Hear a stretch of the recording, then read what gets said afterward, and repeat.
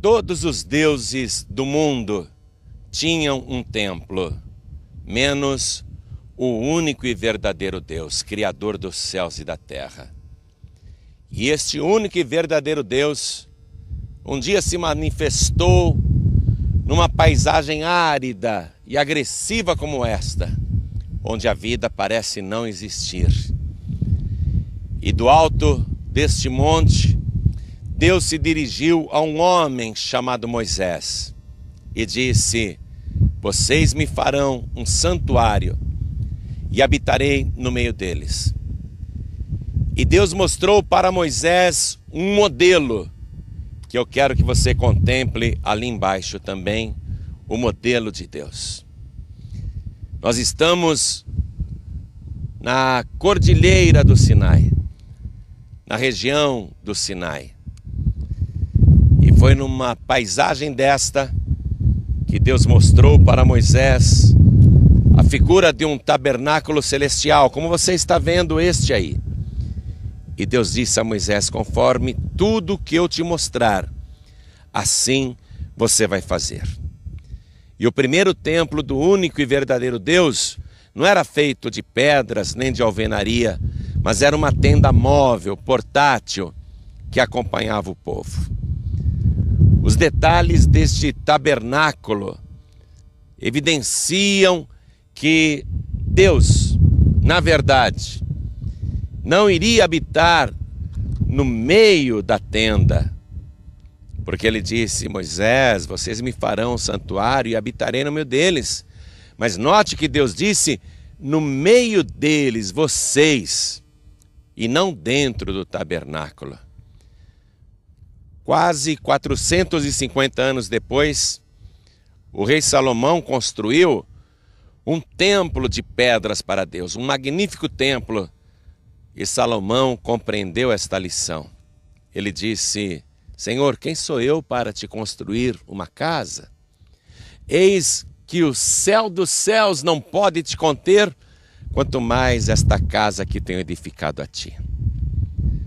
Ao mandar fazer o tabernáculo, esta tenda portátil, Deus, na verdade, mostrava que não iria habitar no meio do templo, mas no meio do seu povo, para manifestar a sua presença, a Shekinah, a sua Shekinah sagrada. E quando o próprio Deus veio a este mesmo país, o Senhor Jesus disse: onde estiverem 2 ou 3 reunidos em meu nome, aí estou eu no meio deles. Por onde o povo andasse com esta tenda portátil nesse vasto deserto, não importa qual fosse a área do acampamento, o tabernáculo era montado em primeiro lugar e a sua única porta de entrada era voltada para o oriente, para a posição em que o sol nascia. O fundo do tabernáculo ficava sempre para o oeste, onde o sol se punha. O que isso significa? Que Ele é o autor da vida, que Ele é o nascer da vida e o pôr da vida. Ele é o primeiro e o último, Ele é o princípio e o fim. E as outras 2 partes do tabernáculo ficavam voltadas para o leste e para o norte. Eram as 2 partes mais compridas do tabernáculo. Nós vamos agora entrar nesse tabernáculo e ver os detalhes que Deus foi passando para Moisés e o que cada um deles representa.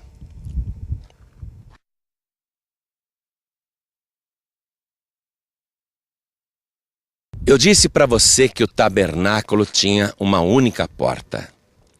Ou seja, para ter acesso a Deus, só há uma porta.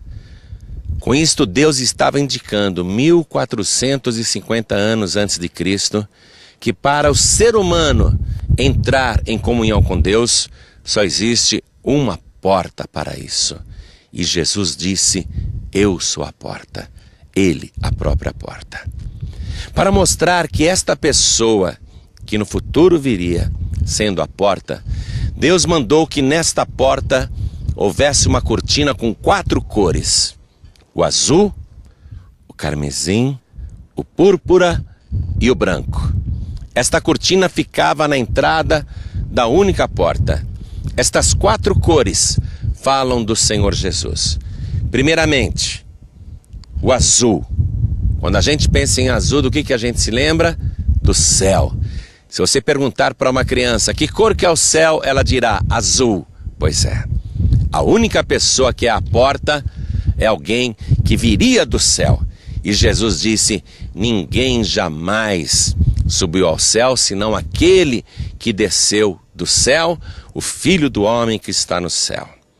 Ou seja, a pessoa que seria a porta era alguém que viria do céu. Aqui na terra, Jesus dizia: eu desci do céu para fazer a vontade do meu Pai. O carmesim fala do seu sangue, do seu sacrifício, que seria feito para expiação dos nossos pecados. Através do derramamento do sangue de Jesus, nós podemos entrar na presença do Pai. O púrpura falava que a pessoa que seria a porta seria um rei. Logo que ele nasceu, os 3 magos lhe ofereceram ouro, incenso e mirra, presente para um rei. E Jesus Cristo, quando foi torturado para ser crucificado, colocaram uma capa púrpura nos seus ombros. O púrpura falava que a porta seria o rei, e em cima da sua cruz estava escrito: Rei dos Reis e Senhor dos Senhores. E a cor branca indicava que a pessoa que viria a este mundo para ser a porta é a única pessoa santa de todo o universo. Mas vamos agora entrar na primeira parte do tabernáculo, o pátio. Venha comigo.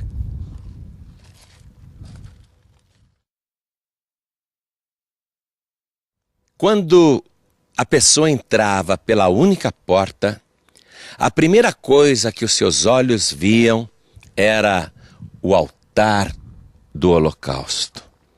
Um móvel grande, feito de bronze, com 4 pontas. E no alto destas pontas, pode ver, elas estão marcadas de vermelho. Aquilo é sangue. Tudo isto tem uma simbologia.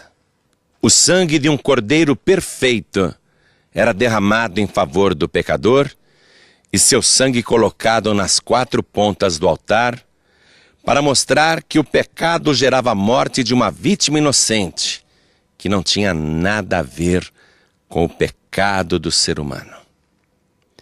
Com este altar de madeira e cobre, Deus estava representando ali, futuramente, a cruz e o sangue. Porque a cruz foi feita de madeira e o cobre lembra a cor do sangue de Jesus. Deus deixa claro que após passar pela porta que é Jesus, temos que nos deparar com o seu sacrifício e refletir que Ele é o Cordeiro de Deus, inocente e puro, que tira o pecado do mundo. O altar do holocausto ele tinha 4 argolas, por onde traspassavam varas de ambos os lados. Naquela época de Moisés servia para transporte desse móvel que era muito pesado. Pessoas seguravam nas varas, metidas pelas argolas, e o transportavam. Mas é evidente que estas 4 argolas que eram traspassadas pelas varas de ambos os lados, varadas profundamente, representam os 4 pontos por onde o corpo do Senhor Jesus foi traspassado de lado a lado por nós. Note que para ter acesso ao altar do holocausto havia uma rampa de madeira por onde o sacerdote subia com a vítima. Por isso chama-se altar, porque fica no alto. E aqui a vítima inocente sacrificada tinha o seu sangue derramado, colocado nas 4 pontas do altar.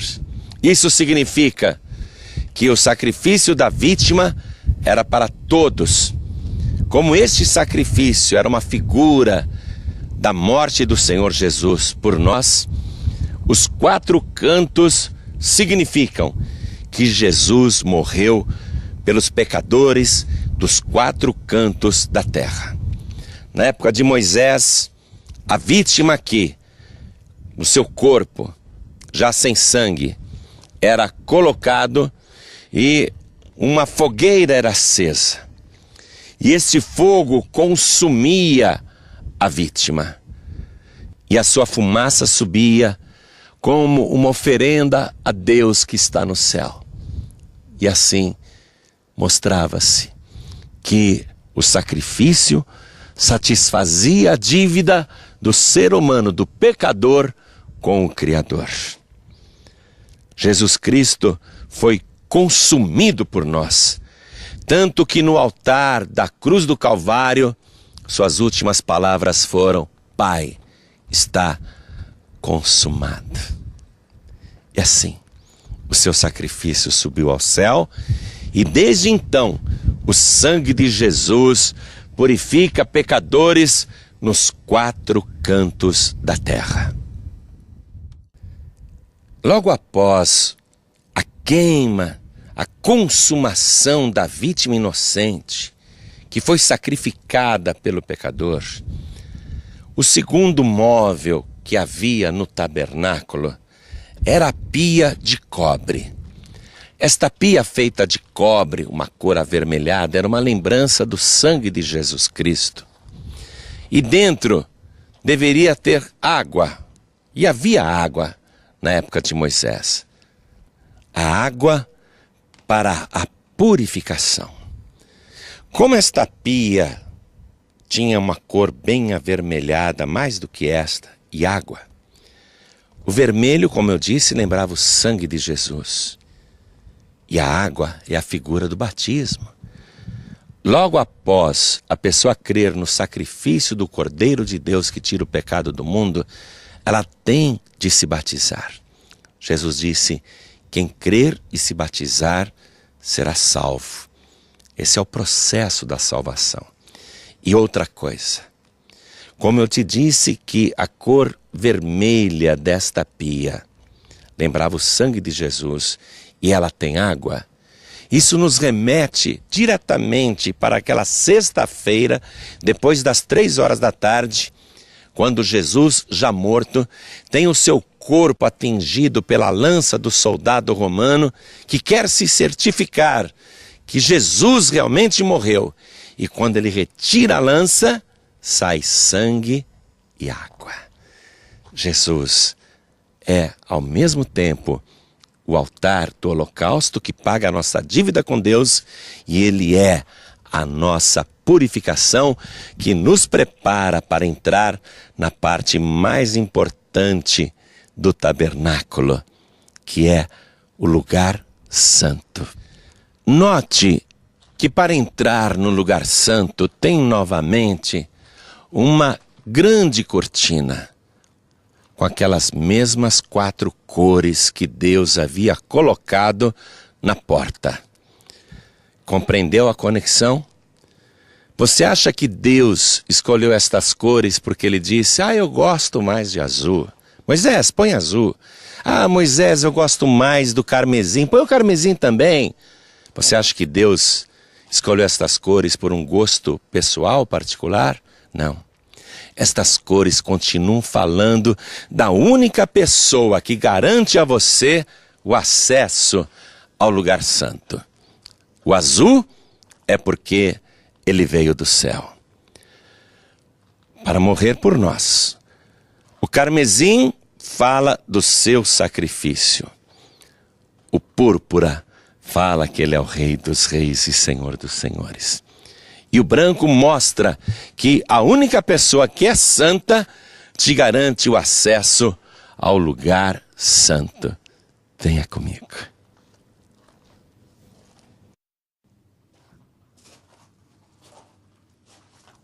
Ao entrar no lugar santo, que não era permitido ao povo, mas somente aos levitas que ajudavam no trabalho do templo e também aos sacerdotes. Eles encontravam tábuas de madeira de acácia, cobertas de ouro. Essas tábuas estão ligadas e levantadas, de pé. Quando Jesus explicava para Nicodemos a sua missão, ele dizia: eu, quando for levantado, todos atrairei a mim.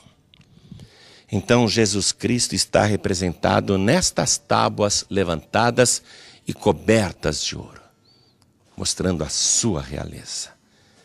Somente sacerdotes e pessoas que trabalhavam no templo da tribo de Levi poderiam entrar aqui. O lugar santo era a segunda área mais sagrada do tabernáculo. E quando o sacerdote aqui entrava, do lado direito havia um móvel, que era a mesa dos pães da proposição, isto é, aquilo que está proposto. Deus ordenou que esta mesa e estes pães deveriam estar perante a minha face continuamente. Portanto, isto foi proposto pelo próprio Deus para o ser humano.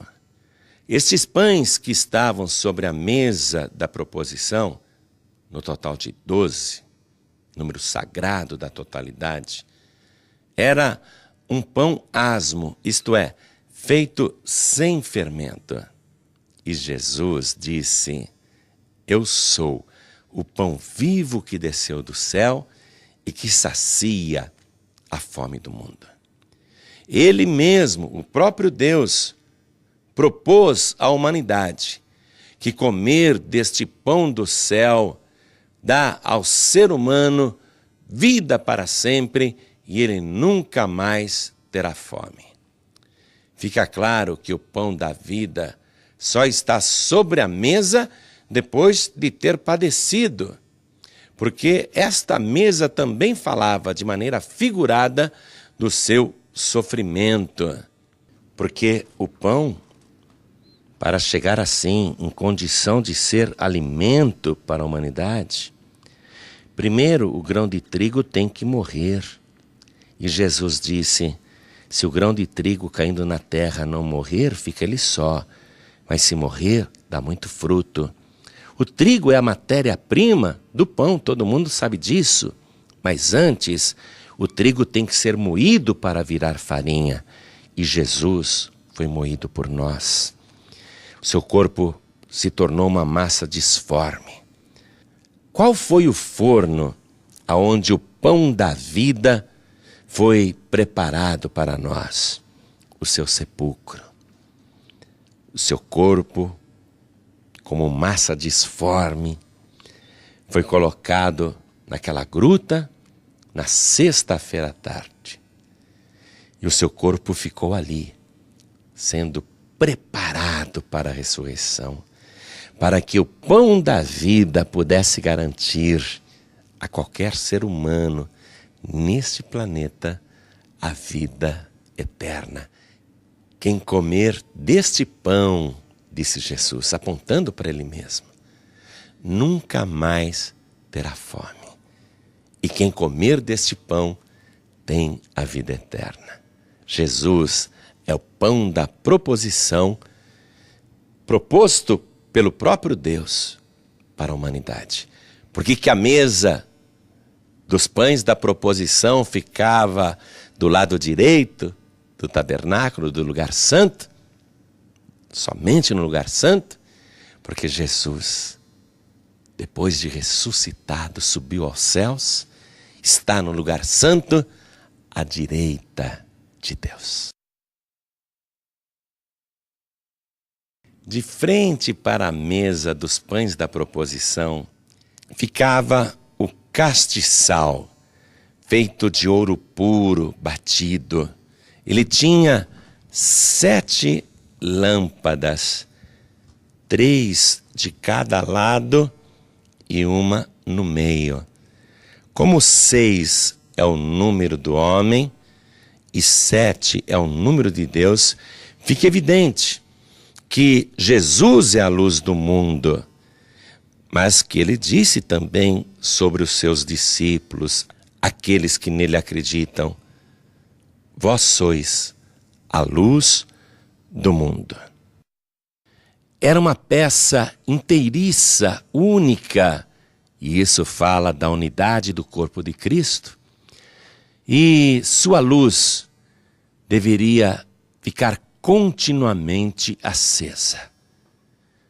A nossa vida também só tem a segurança se estivermos continuamente iluminados pela luz do mundo, que é Jesus. Ele é a permanente luz do mundo que jamais se apagará. Na verdade, o castiçal não estava ali para iluminar Deus, mas para iluminar os que estão em trevas. O castiçal representa os seres humanos e Cristo, a igreja completa do Senhor, que Ele mesmo ilumina e anda no meio dela, como diz o livro de Apocalipse. Para que as lâmpadas do candelabro ficassem acesas, era necessário azeite puro, azeite de primeira qualidade, azeite extra virgem, a primícia. Esta pureza do azeite representa a pureza com que devemos buscar o Espírito Santo de Deus. E era obrigação estabelecida pelo próprio Senhor ao seu povo. Porque somos nós que temos que fazer com pureza que nunca falte azeite na lâmpada.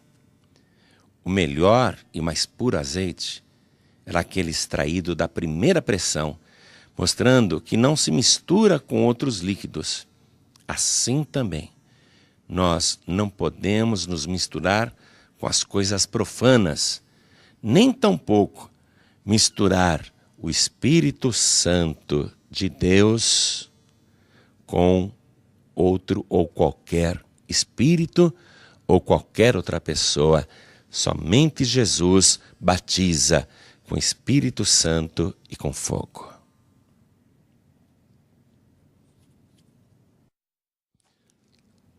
O altar do incenso ficava antes do véu, quase que encostado ao Santo dos Santos. Sempre que o sumo sacerdote realizava a tarefa do castiçal com as suas 7 lâmpadas, então ele deveria queimar o incenso. Este incenso tinha de ser temperado, puro e santo, conforme está em Êxodo capítulo 30, versículo 35. E depois de preparado, ele era lançado pelo sacerdote aqui e queimado. Ao ser queimado, ele subia como fumaça para o céu. E isto então representava que tudo o que foi feito anteriormente no tabernáculo encontrava diante do Santo dos Santos a sua principal finalidade. Tudo isto ser aceito por Deus. Mas aqui tinha o véu, com aquelas mesmas 4 cores. E este véu fazia uma separação entre o lugar santo e o Santo dos Santos. Nem o sumo sacerdote, cuja figura você pode ver aqui, poderia entrar neste lugar de qualquer maneira ou a toda hora. Somente uma vez por ano, e mesmo assim com a vida purificada, santificada e levando o sangue da vítima nas suas mãos. Porque se ele entrasse ali, no Santo dos Santos, sem estar devidamente preparado, ele morria por causa da glória de Deus. Durante cerca de 14 séculos, ninguém jamais entrou no Santo dos Santos, a não ser o sumo sacerdote. Isso apenas uma vez por ano. Havia também aqui, diante do lugar santíssimo, o Santo dos Santos, 4 colunas sustentando este véu de 4 cores. Estas 4 colunas eram feitas de madeira, cobertas de ouro, sobre bases de prata. E estas 4 colunas falam-nos dos 4 evangelhos, preciosas boas novas que nos revelam o Santo dos Santos. Este véu, no dia em que Jesus Cristo morreu na cruz do Calvário, foi rasgado do alto até embaixo e eliminou-se toda a barreira que havia para que pessoas comuns não entrassem no Santo dos Santos. Você sabe o que representa este gesto? Não apenas a eliminação da barreira. Na cultura judaica, quando um pai perde o seu filho, quando ele sente a tristeza da morte, os pais judeus, eles rasgam a veste completamente. E foi isso que o Pai Celestial fez, rasgando este véu, note, de cima para baixo, comprovando com isto que verdadeiramente Deus estava de luto pela morte do seu único filho. Por isso que Deus abriu para todos nós, através de Jesus Cristo, um caminho vivo para o céu. Agora, eu e você podemos entrar no Santo dos Santos. Venha comigo. O Santo dos Santos, o lugar mais sagrado do tabernáculo. Note aqui as tábuas levantadas, cobertas de ouro. Note que havia a cortina multicolorida. E já eu vou te explicar sobre esses 4 querubins. Repare no revestimento do teto. Tudo aqui é sublime, é pequeno, é aconchegante, é maravilhoso. E aqui ficava o móvel mais sagrado de todo o tabernáculo, a Arca da Aliança, com os 2 querubins, cujas pontas das asas se tocavam. E repare, não pode-se ver a face dos querubins. Este móvel importantíssimo merece uma explanação cuidadosa. Mas antes, eu quero te explicar sobre estes 4 querubins. Eu quero te explicar o que isto significa. É inacreditável que 14 séculos antes de Cristo, podemos dizer quase 1500 anos antes do livro de Apocalipse, onde há a revelação de que diante do trono de Deus estão os querubins que clamam dia e noite: Santo, Santo, Santo é o Senhor Todo-Poderoso, a terra está cheia da sua glória. É maravilhoso saber que isto já estava revelado aqui na cortina do tabernáculo.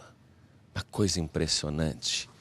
Veja, a arca representa a glória de Deus e estes 4 querubins são aqueles que ficam diante do trono de Deus. Aquelas 4 criaturas do livro de Apocalipse. Santo, Santo, Santo é o Senhor Todo-Poderoso. Esta arca era chamada de Aron Haidut, Arca do Testemunho, porque dentro dela havia provas irrefutáveis de que Deus havia dado a sua palavra para o povo. Porque dentro desta aparente caixa ficavam as tábuas da lei, a palavra colocada dentro da arca, que foi dada pelo próprio Senhor Jesus. Como Jesus veio a este mundo e deu testemunho do Pai, também o Pai deu testemunho de Jesus em várias ocasiões. No batismo nas águas, no Monte da Transfiguração, Deus deu o testemunho dizendo: este é o meu filho em quem me comprazo, este é o meu filho, a ele escutai. Porque Jesus é a palavra, ele é o verbo de Deus. Portanto, ele é o único que deve ser ouvido, porque foi o próprio Deus que dele deu o testemunho. A arca representa, portanto, o Senhor Jesus, a palavra, o verbo. E a arca do testemunho não seria completa sem o propiciatório, esta parte de cima que fechava a arca. É como se fosse uma tampa.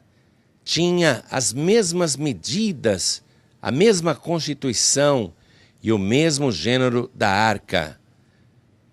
E note que Deus mandou Moisés fazer os 2 querubins sobre o propiciatório de uma só peça com a base, com as asas abertas de uma extremidade à outra, cobrindo todo o móvel. As faces dos querubins não podiam ser vistas, pois estavam cobertas pelas asas e suas faces olhavam o tempo todo para o propiciatório, e este sobre a arca. Agora, vamos à revelação. Os 2 querubins representam as outras 2 pessoas da Trindade, porque têm as mesmas medidas, a mesma constituição e gênero do propiciatório com a arca. E isto mostra que Jesus não é menor do que os outros 2. O Evangelho de João começa dizendo: no princípio era o Verbo, e o Verbo estava com Deus, e o Verbo era Deus. O fato de ser de uma mesma peça revela a unidade da Trindade. Jesus disse: eu e o Pai somos um. E ele fala que enviaria para nós o Paracletos da parte do Pai. As faces das outras 2 pessoas que não podiam ser vistas testificam que ninguém jamais viu ou pode ver Deus.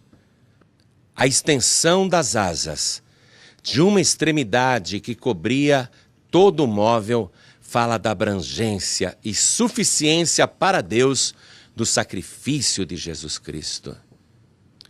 O olhar abaixado e permanente das outras 2 pessoas em direção ao propiciatório mostra que, por toda eternidade, Deus olhará para o que Cristo fez aqui embaixo, na terra, no dia em que fez expiação por nós, a sexta-feira, quando derramou o seu sangue na cruz. E é o sangue de Cristo que nos torna propícios, favoráveis para Deus. É por isso que esta tampa chama-se o propiciatório. O sangue de Jesus nos torna propícios para o Pai. Deus disse a Moisés: e ali virei a ti e falarei contigo de cima do propiciatório. Portanto, é pelo sangue de Cristo que temos comunhão eterna com as outras 2 pessoas da Santíssima Trindade. Foi por isso que naquela sexta-feira o véu do templo, que separava simples mortais do lugar santíssimo, foi rasgado de cima para baixo. Graças a Jesus Cristo, eu e você agora temos acesso direto ao Pai. Jesus disse: eu sou o caminho, a verdade e a vida, e ninguém vem ao Pai a não ser por mim.